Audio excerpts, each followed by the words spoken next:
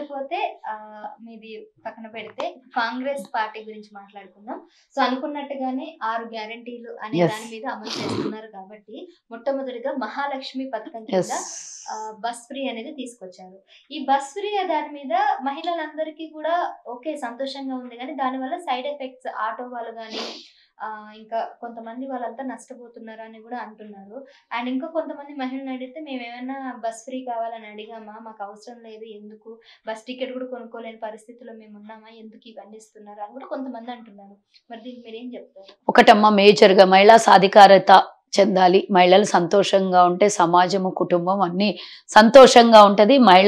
మహిళలకు ముందు పీట వేయాలి అనే దాంట్లో మేము మొట్టమొదటి మేము ఇచ్చిన హామీని నెరవేర్చడము, దాన్ని అదే జీవోని పాస్ చేయడము అనేది మాకున్నటువంటి, అంటే కాంగ్రెస్ పార్టీ ఇచ్చిన మాట తప్పకుండా నెరవేరుస్తుంది అని నమ్మకాన్ని వమ్ము చెయ్యదు అని ఇచ్చిన మాటని ఇమీడియట్గా ఫస్ట్ ప్రభుత్వం ఏర్పడంగానే సోనియా గాంధీ గారి పుట్టినరోజు సందర్భంగా డిసెంబర్ 9వ తారీఖున ఈ జీవోను పాస్ చేయడము, మహిళలకు ఉచిత ఆర్టీసీ బస్సు సౌకర్యాన్ని అందించడము, రాష్ట్రంలో ఎక్కడికి వెళ్ళినా కూడా ఉచితమే, 2 సార్లు 3 సార్లు 4 ఎన్నిసార్లు తిరిగినా కూడా మీ అవసరాల కోసం పూర్తిగా ఉచితమే, జీరో బిల్లింగ్ అని మేము మొదలుపెట్టినట్టు ఇచ్చినాం, హామీ ఇచ్చినాం.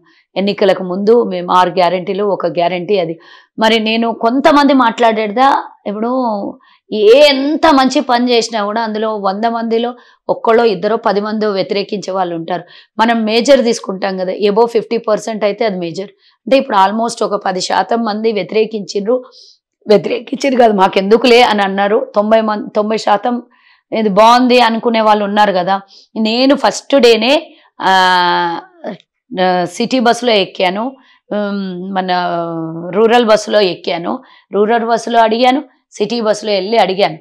రూరల్లో ఏమడిగానంటే ఎక్కడికి వెళ్తున్నారంటే సో అండ్ సో, నేను సడన్గా మా కాన్స్టిట్యున్సీ సైడ్ వెళ్ళే బస్సెస్ ఎక్కాను, తాండూరు పరిగి వెళ్ళే మేము వెళ్తున్నాము, 150 రూపాయలు ఛార్జ్. ఈరోజు పోయి మళ్ళీ రావాలి అనుకుంటే 300 రూపాయలు.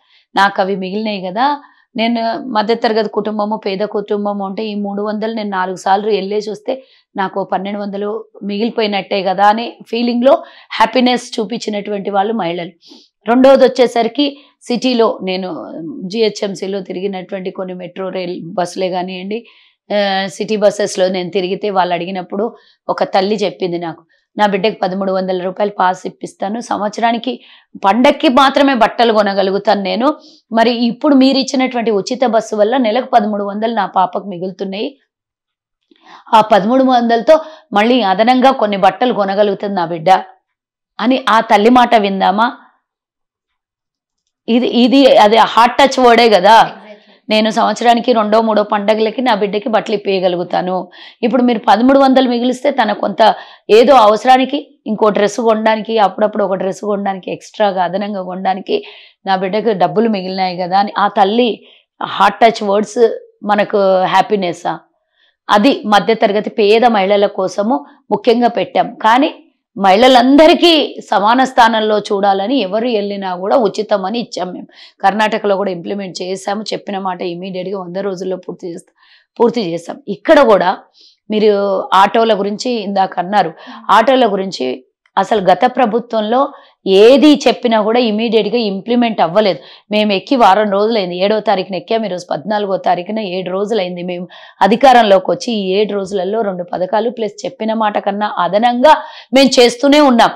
ఒకటి ఆటో వాళ్ళు ఇబ్బంది పడుతున్నారంటే ఒకటి మంచి చేయబోతున్నప్పుడు ఏదో ఎంతో కొంత చిన్న ఎవరికైనా ఒకటి నెగిటివ్ మాత్రం జరుగుతుంది. ఆ నెగిటివ్లో భాగంగా మేము ముందస్తుగానే ఆటో కార్మికులకి సంవత్సరానికి 12,000 ఇస్తున్నాం. ఇస్తూ అది ఇంప్లిమెంట్ అవుతుంది అంటే నెలకి 1000 రూపాయలు వాళ్ళకి ఇస్తున్నాం కదా ఆటో కార్మికులకి. మరి అలాంటప్పుడు 12,000 రూపాయలు మేము ఇస్తున్నాము. అది మీకు ఈ భారం ఇబ్బంది పడకుండా ఎంతో కొంత ప్రభుత్వం ఆదుకోవాలని ముందస్తు జాగ్రత్తతో మేనిఫెస్టోలో పెట్టాం. అది రేపో మాపో ఇంప్లిమెంట్ అవుతుంది. ఇంకో మాట వచ్చేసి మీకు ఎవరు ఇవ్వమన్నారు అని అడిగినప్పుడు మేమేమన్నా కాళేశ్వరం కట్టమన్నామా అని ఈ ప్రజలే ప్రశ్నిస్తే బాగుండే కదా. కాళేశ్వరం మీద 1,50,000 కోట్లు పోసినప్పుడు ఏ ప్రజలు ఎందుకు ప్రశ్నించలేదు? ప్రతిపక్షం మాత్రమే ఎందుకు ప్రశ్నించింది? ప్రజలలో వ్యతిరేకత ఉండడం వల్లనే ఈరోజు వాళ్ళని ఓటు రూపంలో చూపించిండ్రు. బయటకు పంపించారు, కూల్చేసారు ప్రభుత్వాన్ని. కానీ నేను అడుగుతున్నా, ప్రజలకి దగ్గర వసూలు చేసినటువంటి ధనాన్ని ప్రజలకే సాయం చేసి ప్రజలే ఆనందంగా ఉండి వాళ్ళ డబ్బుని వాళ్ళకే తిరిగి పెట్టడం లోపల ఉన్నటువంటి ఆనందము అది ఇంకోటి ఉంటుందా? మేమేమి రేవంత్ రెడ్డి గారి ఇంటి నుంచో కల్వ సుజాత ఇంటి నుంచో ఈ డబ్బులు పెట్టదు కదా, ప్రజలు కట్టిన ట్యాక్స్లో నుంచే మేము ప్రజలకు ఎంతో కొంత సహాయం చేయాలి అనుకుంటాం.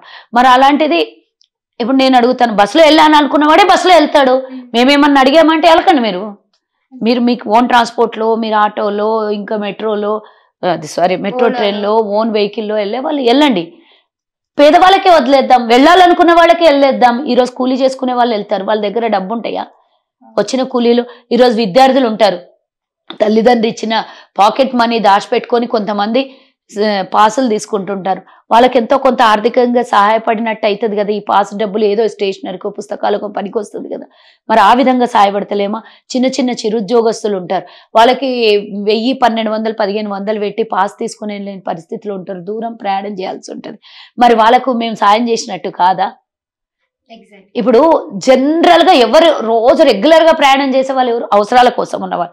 నాలాంటి వాళ్ళు, మీలాంటి ఇంకొకరు ఎవరైనా గృహిణి వాళ్ళు రోజు ప్రయాణం చేయరు, ఎప్పుడో ఒకసారి ప్రయాణం చేస్తారు.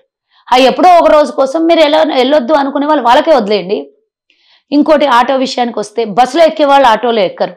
వాళ్ళు ధర్నాలు చేసిండ్రు అంటే కొంత వెనకాల ఏదో ప్రెజర్ ఉండి చేయడము, ప్రతిపక్షము వాళ్ళను రెచ్చగొట్టి ఉసిగొల్పడం తప్పించి ఇంకోటి లేదు. వాళ్ళు ఇప్పుడు నేను ఒకటి అడుగుతానమ్మా, బస్ స్టాండ్ నుంచి బస్ స్టాండ్కి వెళ్ళే వాళ్ళే బస్సులో ఎక్కుతారు.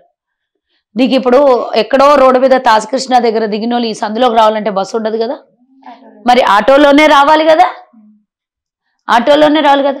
అప్పుడైనా వాళ్ళు బస్సులో ఎక్కుతారు, ఇప్పుడైనా బస్సులో ఎక్కుతారు, అప్పుడైనా ఆటోలు ఎక్కే వాళ్ళు ఎక్కుతారు, ఇప్పుడైనా ఆటోలు ఎక్కే వాళ్ళు కొంచెం ఓర్పు సహనం అవసరం. ఏం జరుగుతుంది అని ఒక 2-3 నెలల తర్వాత ఇది అంత సామాన్యం అయిపోతుంది. కొంత క్రేజ్ ఉంటుంది.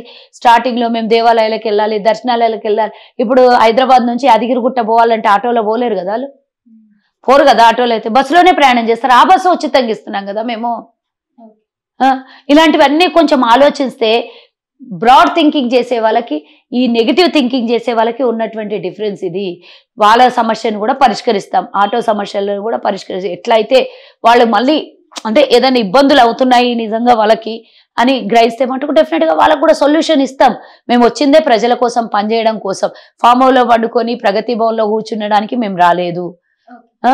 అయితే ఇప్పుడు ఇంకా 2500 అనేది కూడా నెలవారీగా మహిళలకు ఇస్తామంటారు. దీంట్లో గృహిణులందరికి ఇస్తామంటారు. దీంట్లో కొన్ని అర్హతలు ఉండాలంటారు. ఐటీ ట్యాక్స్ కడితే అర్హులు కారు. గవర్నమెంట్ ఎవరు చెప్పారు? అది వస్తుంది కదా, అంటే అఫీషియల్ గా అనౌన్స్ అయ్యిందా? హస్బెండ్, వాళ్ళ హస్బెండ్. ఇప్పుడు గృహిణులందరికీ 2500 అంటున్నారు. వాళ్ళ హస్బెండ్ గానీ ఎవరైనా బీపీఎల్ వాళ్ళకి ఇస్తాం. మేము ముందు కూడా అదే చెప్పాం. బీపీఎల్ అంటే బీపీఎల్ ఎవరికి ఉంటుంది? వైట్ రేషన్ కార్డు ఉన్న వాళ్ళకి ఉంటుంది. ఆ అర్హతలు 40,000, 50,000, ₹1,00,000 శాలరీస్ వచ్చే వాళ్ళకి కాదు కదా. ఆ అర్హత ఉన్న వాళ్ళకి ఇస్తాం డెఫినెట్గా. అంతేగాని ఇవన్నీ వాట్సాప్ యూనివర్సిటీలే నమ్మొద్దు.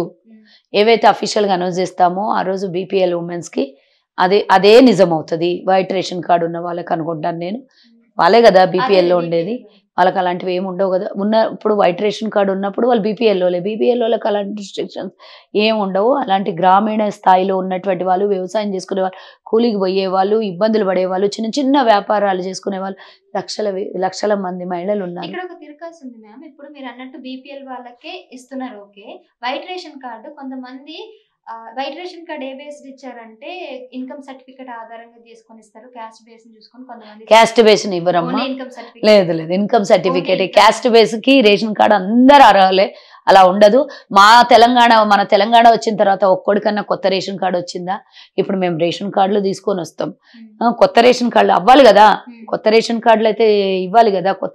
కొత్త పేద కుటుంబాలకు ఎవరికైతే దొరకలేదో అర్హులు ఉన్న వాళ్ళకి ఇవ్వాలి కదా, వాళ్ళకు ఇస్తాం. ఎంతమంది బీపీఎల్ మహిళలు ఉన్నారో వాళ్ళకందరికీ ఇస్తాం డెఫినెట్గా. ఇలాంటివన్నీ ఒక్కటి నేను చెప్పగలుగుతా, లైవ్లో నేను ఎన్నో ఇలాంటివి వైరల్ అవుతున్నాయి. నేను లైవ్లో ఉన్నప్పుడు చూసిన, ఆ రోజు మొన్న ఎలా హోటల్లో ఉన్నప్పుడు రేవంత్ రెడ్డి గారు బయటకు వస్తుంటే కోపంతో ముఖ్యమంత్రి అభ్యర్థిగా ఒప్పుకోనందుకు మిగతా నాయకులందరూ కోపంతో అలిగి రేవంత్ రెడ్డి గారు బయటికి పోతున్నారంటే ఇదంతా పచ్చి అబద్ధం. నేను అక్కడే ఉన్నా, లోపలే ఉన్నా. రేవంత్ రెడ్డి గారు వెహికల్ తీసుకుని బయటికి కూడా రాలేదు, స్క్రీన్ మీద స్క్రోలింగ్ వచ్చింది రేవంత్ రెడ్డి గారు ముఖ్యమంత్రిగా ఎన్నుకోబడినారని. ఇట్లాంటి తప్పుడు ప్రచారాలు రేటింగ్ పెంచుకోవడం కోసం మీడియా వాడడం, ఈ మీడియాని ఫార్వర్డ్లో చేసేసి జనాల్ని డైలమాలకు పంపించడము, తప్పుదోవ పంపించడం మాత్రం చెయ్యకండి దయచేసి. అఫీషియల్గా మా పార్టీ నిర్ణయం మేము ఏమి ఇచ్చినాం గ్యారంటీ కార్డులో, ఆ గ్యారంటీకి టర్మ్స్ అండ్ కండిషన్స్ ఏమున్నాయో అవే వర్తిస్తాయి తప్పించి అదనంగా ఎవరో చెప్పి కులం కోసం ఇచ్చేదో, వర్గం కోసం ఇచ్చేదో, వర్ణం కోసం ఇచ్చేదో కాదు. ఎవరైతే బీపీఎల్ లెవెల్లో ఉంటారో వాళ్ళకందరికీ అన్నీ అందుతాయి. ఒకటి చూడమ్మా, బస్సు మాత్రం కామన్ అందరికీ, 200 యూనిట్స్ మాత్రం కామన్ అందరికీ డొమెస్టిక్. ఇంకా ఇది 500 కామన్, ఇది 3 మాత్రం ఆల్ అందరికి, ప్రతి ఒక్కళ్ళకి, ప్రతి గృహానికి ఇవి వర్తిస్తాయి. దీంట్లో ఎలాంటి సందేహం లేదు. 2500 అనేది టర్మ్స్ అండ్ కండిషన్స్ ఇంకా రివీల్ అవ్వలేదు, దాని మీద మనం చర్చ చేయొద్దు. ఎందుకంటే ప్రభుత్వంలో ఉన్నాం, అజాగ్రత్తగా మాట్లాడి లేనివి మాట్లాడితే తప్పుగా వస్తాము. కాబట్టి అది ఏ రోజైతే ప్రకటన అయి జీవో పాస్ అవుతుందో దాని టర్మ్స్ కండిషన్స్ ఆ రోజు విడుదలవుతాయి. ఆ రోజే అది జెన్యూన్. ఏది వైరల్ అయినా ఏదైనా తప్పు. మంత్రి పదవుల్ని కూడా టెంపరవరీ ఇవన్నీ మాట్లాడొద్దు. ఒకటి ప్రమాణ స్వీకారం చేసిన తర్వాత 7వ తారీఖున పోర్ట్ఫోలియోస్ కూడా డిసైడ్ చేసింది మీడియా. అసలు అప్పటికి అసలు డిక్లేరే అవ్వలేదు. 9వ తారీఖున అఫీషియల్ గా డిక్లేర్ అయినాయి. 2 రోజుల ముందే అదే చెప్తున్నాను కదా. ఇట్లాంటి అంటే ఎవరికి ఏది వస్తే వాళ్ళు రాసేసుకున్నారు, ఎవరికి ఏది వస్తే వైరల్ చేసుకున్నారు. అసలు అఫీషియల్ డిక్లేరర్స్ అవ్వక ముందే ఏది పడితే అది చెప్తారు. కాబట్టి ఇలాంటి అపోహలని, ఇలాంటి అబద్ధమైన ప్రచారాలని నమ్మొద్దు ప్రజలకని చెప్తున్నాను. మేము ఇస్తామన్న 6 గ్యారెంటీలు పూర్తి స్థాయిలో మేము అందిస్తాము. 10 లక్షల ఆరోగ్యశ్రీని కూడా లాంచ్ చేయడం జరిగింది, ఇన్సూరెన్స్. అది కూడా పేదవాళ్ళ కోసమే కదా, అది కూడా వైట్ రేషన్ కార్డు ఉన్న వాళ్ళకే కదా. మరి అలాంటి వైట్ రేషన్ కార్డు ఉన్న వాళ్ళకి దాని మీద టర్మ్స్ కండిషన్స్ వేరే ఉండవు. వర్తిస్తుంది అంటే వర్తిస్తుంది అంతే, దట్స్ ఆల్. ఇంకా వేరే ఏమీ ఉండదు.